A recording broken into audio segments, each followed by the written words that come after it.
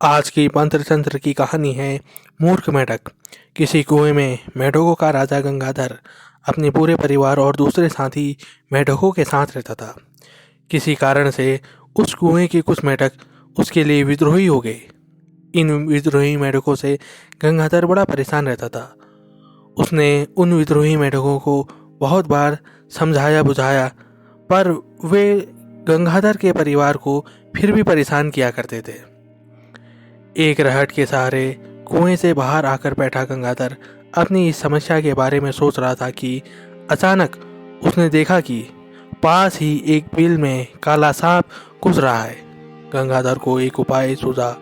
उसने बिल के पास जाकर सांप को पुकारा और कहा, मित्र सांप, बाहर आओ, तुमसे एक जरूरी बात करनी है। सांप ने बिल के अंदर से फुसफुसाते हुए कहा, कौन हो तुम? बाहर गंगाधर बोला, मैं कुएं में मेढकों का राजा गंगाधर हूँ। तुम्हारे कई दिन के भोजन का प्रबंध करने यहाँ आया हूँ। सांप को यह बात बड़ी विचित्र लगी। सांप ने सोचा, मेढक तो खुद सांप का भोजन है, फिर ये मेढक मेरे खाने का प्रबंध कैसे करने आए हैं? सांप को लगा दाल में कुछ काला है, तो वह भी चालाकी से बोला, तुम भला मेरे भोजन की चिंता क्यों कर रहे हो? तो बाहर खड़ा गंगाधर बोला, इसमें मेरा स्वार्थ भी है सांप जी। कुछ विद्रोही मेढकों ने मुझे बहुत परेशान कर रखा है। अगर तुम उन मेढकों को खा लोगे तो तुम्हारी भूख भी मिट जाएगी और मुझे उन विद्रोही मेढकों से छुटकारा भी मिल जाएगा। सांप को यह बात समझ में आ गई। उसने पूछा, क्या तुम्हारे कुएं में मेरे रहने के लिए कोई स्थान है? तो गंगाधर बोला, कुएं में जल के पास एक बिल है। तो सांप बोला, ओह, तब तो बहुत अच्छा है। गंगाधर बोला, तुम वहां रहकर अपना काम कर सकते हो। सांप मेढक के साथ साथ चल दिया, यानी कि गंगाधर के साथ साथ उसके पीछे चल दिया। गंगाधर ने अपने कुएं में सांप के रहने का प्रबंध कर दिया और रोज गंगाधर किसी न किसी बहाने अपने विद्रोही मेढकों को उस बिल में भेज दिया करता और वहां सांप उन विद्रोही मेढकों को खा लेता। धीरे धीरे गंगाधर के सारे विद्रोही समाप्त हो गए, क्योंकि शत्रु अपने सारे मेढकों को खा दिया। एक दिन जब गंगाधर के सभी विद्रोही या कहीं शत्रु मेढक समाप्त हो गए, तो गंगाधर सांप के पास पहुंचा।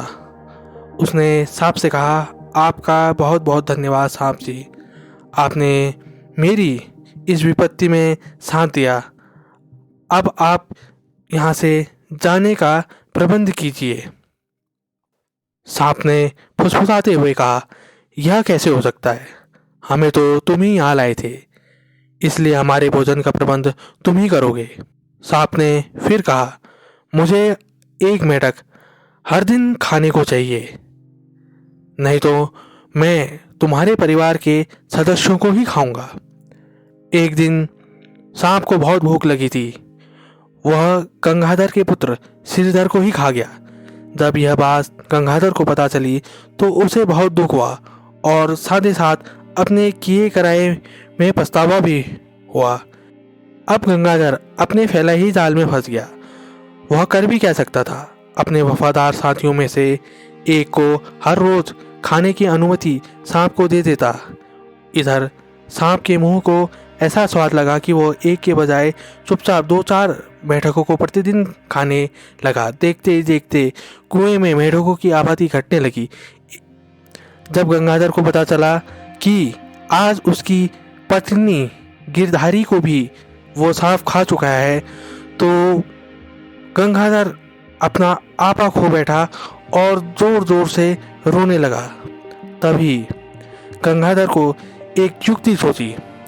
वह सांप के पास गया और सांप से कहा, भाई सांप जी, धीरे धीरे करके आपने सभी मेढकों को खा लिया है। इसमें मेरा परिवार भी आपकी जीभ की भेंट चढ़ चुका है। मैं अपने आप को तो आपके हवाले नहीं कर सकता हूँ, पर मैं आपकी इस भूख का निदान करने के लिए एक युक्ति आपके पास लाया हूँ। उसने कहा, मैं पास ही के कुएं में रह रहे मेढकों के बारे में जानता हूँ।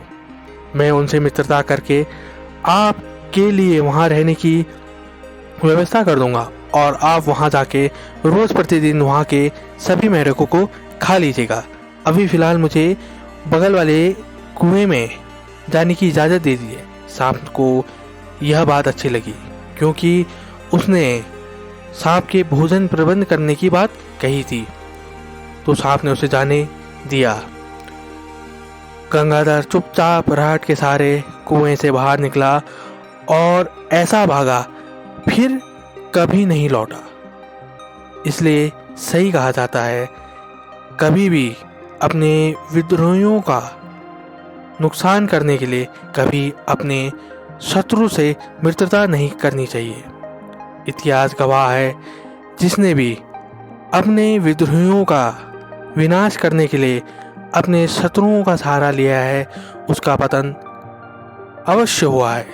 उदाहरण के लिए जयचंद ने राजा पृथ्वीराज चौहान से बदला लेने के लिए अरब आक्रांताओं का सहारा लिया।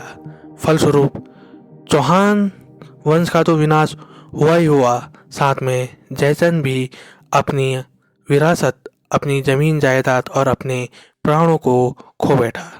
धन्यवाद।